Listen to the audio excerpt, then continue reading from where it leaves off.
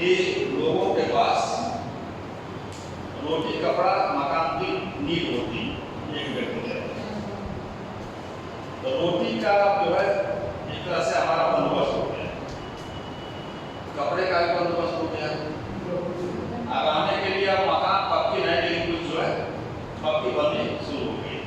एक आंदोलन तक आते आते तो ऊपर मकान हो गई, इसके ऊपर मकान गांव में 2-4 लोगों के पास था, बाकी लोगों का झोपड़ी। आज झोपड़ी वालों के लिए सबसे काम का दिन कौन होता था? बरसात नहीं, अभी बरसात में कुछ भी टपकेगा तो दूसरा दिन एक उस झोपड़ी में बनाना है खाना, और भी खाना एक पीढ़ी पे नहीं, लकड़ी से लकड़ी देखो। एक बार सोच के देखो अपने देश की तस्वीर, आप जिस जनरेशन में हो ना, भारत को सोच ही नहीं पाओगे। उस भारत को सोचने के लिए मुंशी प्रेमचंद के उपन्यास पर वो पूरा उस समय की तस्वीर प्रस्तुत करते हैं कि लूह आ रहा है, खाना बनेगा मड़ई में, क्योंकि मड़ई है, और उसी मड़ई में पूरा हमारा खजाना भी है। ये कि चिंगारी में पूरा सब मड़ई नहीं, पूरा गाँव हो जाए, गाँव साफ गाँव तो साफ हुआ ही, खेत में गेहूं की सब पेट्रोल का रूप पकड़ लेता है। ये चिंगारी को हर तो गया है, हर तो गया है, अब खाने के लिए जाते हैं। ऐसी कंडीशन से एकांत तक आते आते अपन लोग जो है निवृत्त हो चुके थे। तब हम नीति देखो, नीति कैसे बदली।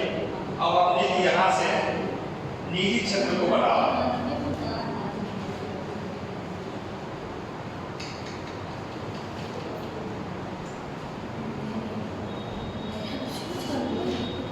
वहां तो क्या है, सार्वजनिक क्षेत्र को बढ़ावा दिया जा रहा है।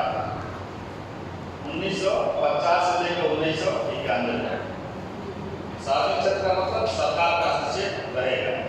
अब क्या हो गया, निजी क्षेत्र को बढ़ावा, उद्योगपति जो है अपना पूंजी लगा के जो है उद्योग को स्थापित करें।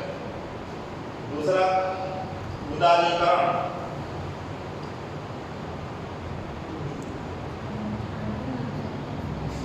वो अपनाया गया।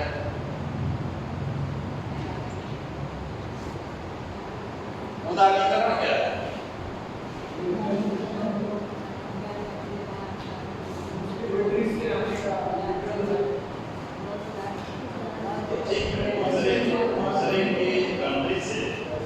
लोग हमारे यहाँ के जो है पूंजी लगाए, उसके लिए वाला काम क्या करना पड़ेगा?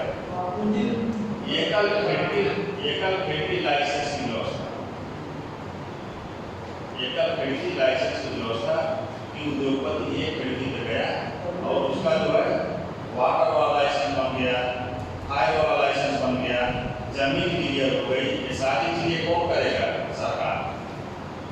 इसके पहले क्या था कि इसको इतना कॉम्प्लिकेटेड कर दिया गया था कि विदेश वाला जो है यहाँ पूंजी लगाने के बाद सोचिए होता है। मानते हैं कि उस समय के नेता भी वैश्विक लेवल पे नेता थे, किसी नेता का कोई उद्योगपति बहुत अच्छा नहीं था, अब वो कहेंगे आप तुम्हारे देश में तो बहुत अच्छा है कि चीपर लेबर है, सस्ते मजदूर मिल जाएंगे और रॉ मटेरियल नहीं है, एक बहुत बड़ा बाजार है, हमको जो अन्य देश से लेकर नहीं जाना पड़ेगा, जो भी पैदा करके इंडिया में पहुंच जाएगा। ऐसा तो हमको लाइसेंस दिलवा कहेगा कि आप देखो, जो जल मंत्री है उससे तो हमारा परिचय ठीक था, लेकिन आग मंत्री वाले परिचय ठीक नहीं, वहाँ लाइसेंस नहीं मिल पाएगा। अर्थात कम से कम 20 खिड़की से उसको लाइसेंस नहीं होना पड़ता। तो इसी को कहा गया कि भारत में हम उदार नहीं है, और एक आगे बात क्या हुआ, उदार नहीं किया गया ताकि आओ पूंजी देके सारे चीजों की व्यवस्था यहाँ इंडिया में करेंगे, पूंजी लगाओ। ये सोच किसकी है? ये मनमोहन सिंह चल रहा है, मनमोहन और राव फातुल्लाह से कहा जाता है, मनमोहन राव फातुल्लाह। राव का उन्हें डी नरसिंह राव। निजी क्षेत्र को बढ़ावा दिया गया, उदारीकरण को अपनाया गया, वैश्वीकरण। जब इस दोनों को अपना लिए तो अपने आप दुनिया जिस पद्धति पे चल रही थी उसमें वैश्वीकरण।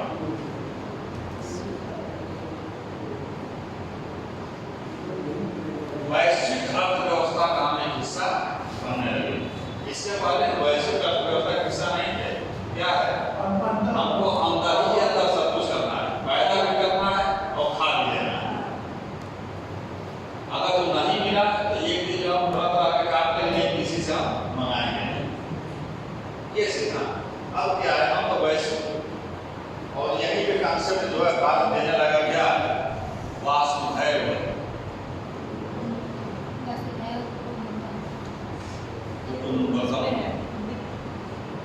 ये कहाँ पे है? ये ऋग्वेद में।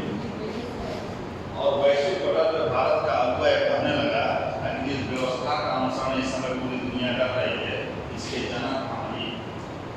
क्योंकि हमारे सबसे प्राचीन ग्रंथ है कौन? ऋग्वेद।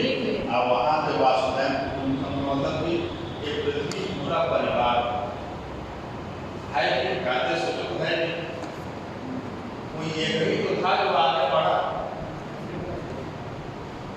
अफ्रीका से, वहां से जो चारों तरफ फैला, फैलने के बाद मानव बन गए। कितनी शानदार वैदिक काल में सोच थी, वो इतना सोच ले गए कि कोई एक व्यक्ति से ही हमारा सब कुछ। ठीक है, ऋग्वेद वाले कह रहे थे कोई एक व्यक्ति जो है ब्रह्मा है। आगे चल के ऋग्वेद वाले क्या किए, 10वें मंडल में जो ब्रह्मा की बड़ी वैमानी कर दी। एक लड़का मनुष्य पैदा करते हैं, एक लड़का जो भुजाओं से पैदा करते हैं, एक लड़का पेट से पैदा कर दिए, एक पैर से पैदा कर दिए। ये सोशल इंजीनियरिंग को सेट करना आगे चल के जो है जो विद्वान है उनको, ताकि हम लोग अपने दिमाग की क्षमता के आधार पर संसाधनों का तो दोहन अलग अलग कर रहे हैं। इसलिए दिमाग को कैसे सेट कर दिया जाए ताकि जो नीचे तबका वाला है वो आदमी संतुष्ट रहे कि नहीं यार, जब हम पैर से पैदा हुए हैं सबका पैर ही दबा है। ये सोचने लगा कि हम जब पेट से पैदा हुए हैं तो हमारा उत्तरदायित्व भी सबका पेट भरे, तो व्यापार और कृषि करने लगा। एक को दायित्व भान हुआ कि नहीं हमको ऊर्जा से पैदा किए, इसका मतलब कि हमको कोई ऊर्जा का प्रयोग करके सबको सुरक्षा देना। ऐसा इंजीनियरिंग सेट करने वाला तो ज्यादा मुंह से पैदा हुए हैं। कहा कि हम मुंह से पैदा हुए, हम तो लोग कल्याण के लिए क्यों मांग पड़ेंगे? तुम पैर दबाओ, तुम भोजन दो, अब तुम हमारे सुरक्षा दो। है कि नहीं? जब हम मुंह से पैदा हुए तो हम मंत्र पढ़ेंगे तुम्हारे कल्याण के लिए। तुम क्षत्रिय हो, तुम भुजा से पैदा हुए, तो ये गारंटी लो कि हमारा कोई बाल बाका न कर पाए। तो क्षत्रिय की जिम्मेदारी होगी ब्राह्मण और गौ की रक्षा करना, क्षत्रिय का मेन जिम्मेदारी। ये लोग पेट से पैदा हुए तो वो जिम्मेदारी है, लेकिन भाई पेट भरना है तो देने का, जैसे दान दक्षिणा देते रहे। जो पैर से पैदा हुए हैं, आप ब्रह्म, जिस ब्रह्म के ये सारे अंगों से लोग पैदा हो रहे हैं, ब्राह्मण अपने आप को एक ब्रह्म हो सकते हैं। और कहा कि हमको मारोगे तो ब्रह्म हत्या लगेगी। अगर जो ब्राह्मण को मारे तो क्या लगेगा? ब्रह्म हत्या आज तक चल रहा है, तुम लोग को भी चल रहा है नहीं? कोई ब्राह्मण को भी हत्या करते तो गौरव बन जाए। बहुत बड़ा इंजीनियरिंग था उसका। देखो, मैं किसी वर्ग जात की का आलोचना नहीं करता, पर जो है जो उचित होता है उसी को होता है। और इसको क्या बचिए हमको लगता है आपका खत्म हो नहीं पाएगा। 4 मिनट खत्म हो गया, 100 बचा है। 100 में कौन आता तुम पढ़ो? एक ऐसे बच्चे हैं जिनको डायरेक्ट आगे सिद्धांत को जोड़ दिया जाए तो फिर निधि आने लगेगी। यहाँ के जो टीचर उतारेगा एग्जाम्स के लिए क्यों थोड़ा आसपास से, क्योंकि प्योर अर्थशास्त्र के टीचर है। अर्थशास्त्र का टीचर जो है सारी चीजों को जो घुमा के समझा नहीं पाएगा, वो अपने सिद्धांतों को समझाएगा। हमको पढ़ना व्यवहारिक अर्थशास्त्र, इसके समीकरण से हमको क्या लेना है? वो तो बेचारे जब अर्थशास्त्र से PhD किए हैं, अब जो इंदर सर आते हैं जो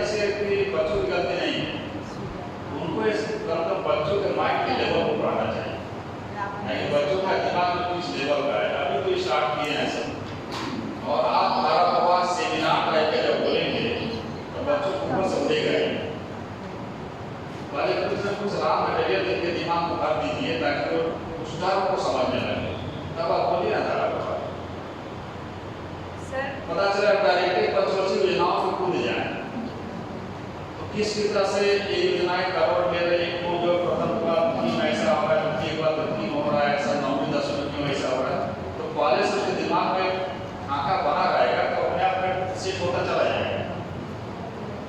ये दिक्कत। लेकिन इस ऐसे बच्चों को एग्जाम पढ़ाने के लिए 10 मिनट में तो कुछ हो जाएगा। चलो जो प्रयास किया जाएगा। क्या उसका रहेगा क्या सर? हम कह रहे थे सर में आर्थिक और समाज मिशन है।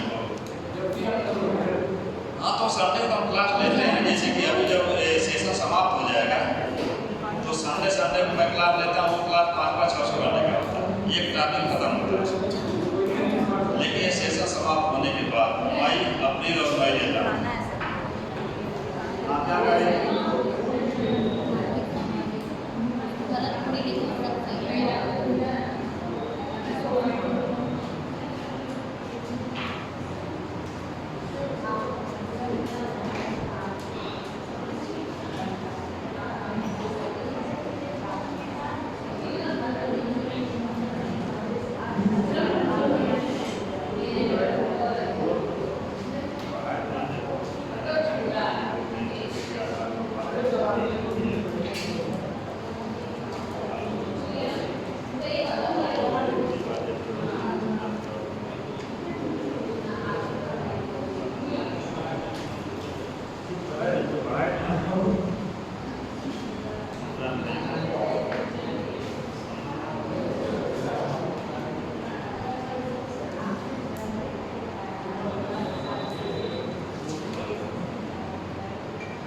टॉपिक आ रहा है।